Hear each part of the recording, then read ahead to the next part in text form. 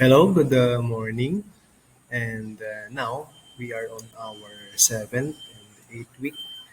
But then you're asking, Sir, we do not have the research paper yet. We are not starting, we have not started working on our chapter 1, chapter 2, and chapter 3. No? Ano mangyayari po? Now, this particular content is to guide you on how to write the introduction. But then, before we start talking about the introduction, which is the first part, or what we call chapter 1, let's run through what are the different chapters in your research paper. So, the first one, we call it the introduction, the one that I will discuss today. And then the second one, we call it the literature review. The third one, it has the methodology. The fourth one, it's the data presentation. And then the last chapter, which is the discussion and conclusion. Now, you're asking, sir, we have answered our learning activity sheets from week 1 to week 8, which is half of the SEM. Okay? But yet, we have not started working on our actual paper. Okay? Now, we will talk about this particular uh, content. In this particular content, we will talk about how to write the introduction. No? Hindi pwedeng when we write about our introduction, kuha lang tayo ng mga resources and base lang natin dun sa content natin o dun sa paper natin. Okay? Meron tayong mga considerations na kailangang uh, gamitin and meron din mga specific parts tayo na kailangan lagyan ng content para mabuo yung tinatawag natin na introduction. Now, please remember that when we talk about a particular template for your research for your chapter 1 up to chapter 5, each school has different what we call the template. No? Pwedeng in one school, they require the students to write about these parts of research and other schools, ganito yung nire-require nila. Iba-iba rin pagdating sa senior high school, sa college, for masteral students, and for dissertation. You know? So in this content, I will show you the usual or the basic. For our school, Morong National High School, we will use this particular template for chapter 1. So as you can see, the first one, it's the introduction. You put it's like a sneak peek for your research. And in your introduction, it's not just the citing of the topic, but then you have to put the background of your research here. The second part, as you can see, it's the statement of the problem. Now, before I start discussing about the statement of the problem, there are two terms that we have to clarify. The first one is the statement of the problem, or what we call the SOP. And the second one is the research question, which is one of the parts of this chapter 1. Itong dalawa kasing term na to, palagi nating napapag-iba o napapagpalit. Ano? When we say research problem, ito yung nilalagay natin sa part natin na statement of the problem. Okay? Walang research o wala tayong papag-aralan kung wala tayong problema.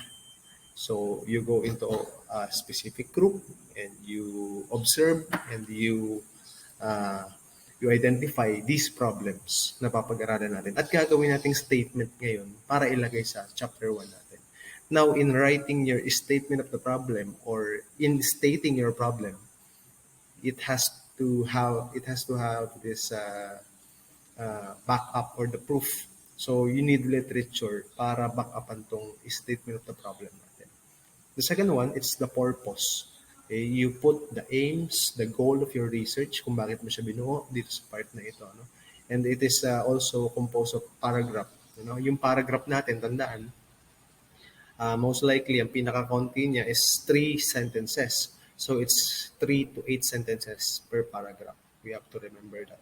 Okay. The second one, it's the research question. Ito na yung sinasabi ko kanina, research problem, research question. When we say research question, basically, you have to remember that it's a question. Okay? It's in question form. Mayroong question mark tayo dun sa huli. Ano? So, after the research, ito yung sasagutin nung research natin. This question. For example, what are the relationship of what is the significant difference of a particular topic, a particular concept to a particular topic. Okay, so after the research, you will answer the research question. As you can see here, there's a part. It says hypothesis. Okay, when you're writing a quantitative, you put the hypothesis in your actual paper. But then please remember, when you are writing a qualitative research, you do not have this particular part, the hypothesis.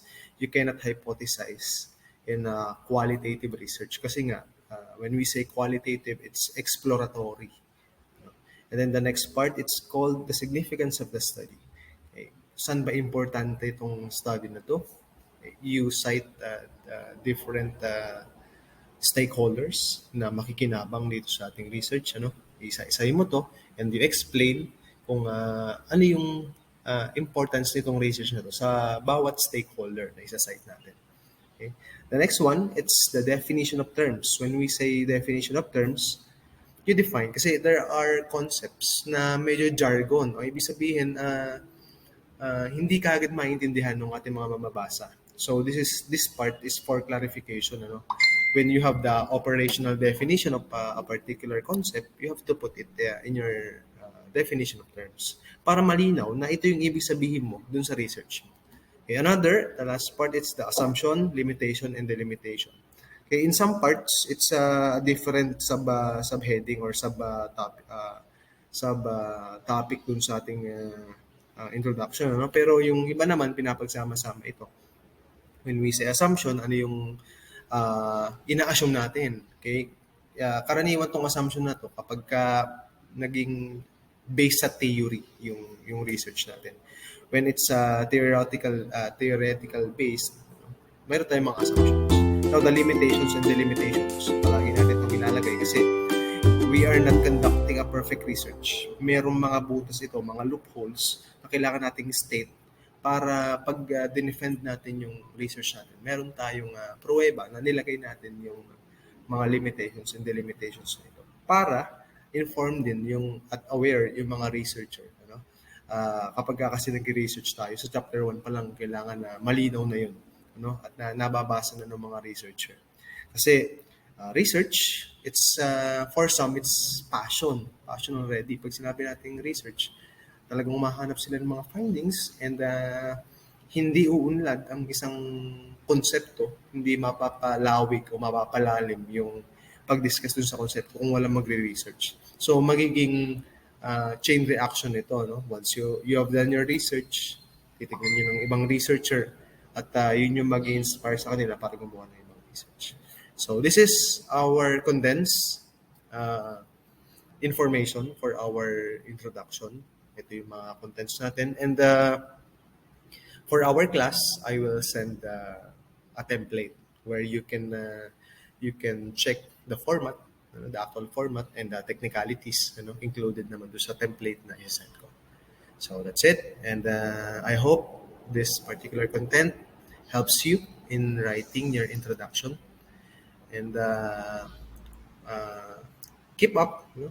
And hintay lang tayo and tsaga lang tayo, matatapos din natin yung research natin. Okay? So, please like and subscribe to the channel para mas marami tayong mga content na matutunan. Okay? Thank you.